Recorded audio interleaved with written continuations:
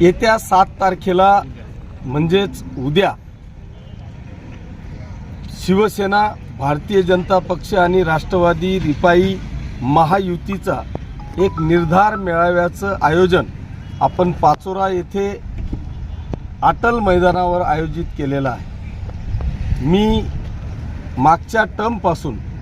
या मतदारसंघामध्ये एक असा पायंडा पाडण्याचा प्रयत्न केलेला आहे की आपण मतदार बंधू भगिनी अतिशय आत्मविश्वासाने आपल्याला मतदान करतात आणि मतदान केल्यानंतर आपण 5 वर्षामध्ये काय केलं याचा हिशोब देण्याची जबाबदारी मी स्वतःवर घेतो किंवा स्वतः समजतो। आणि म्हणून मागच्याही टर्मला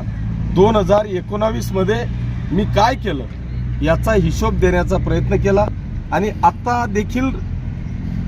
विधानसभेची रणधुमाळी चालू झालेली आहे। त्या प्रचाराची सुरुवात करायच्या आधी मतदारसंघातल्या तमाम माता भगिनी बांधव आणि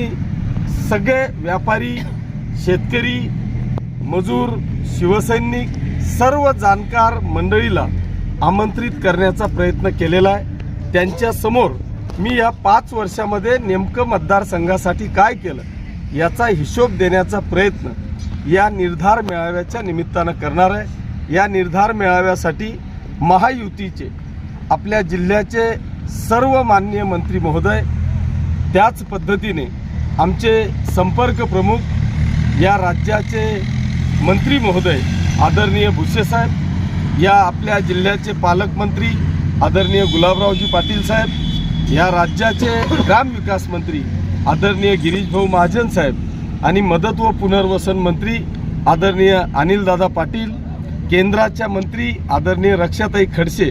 आणि खासदार स्मिताताई वाघ, त्याच पद्धतीने आपल्या जिल्ह्याचे सर्व सन्मान्य आमदारांना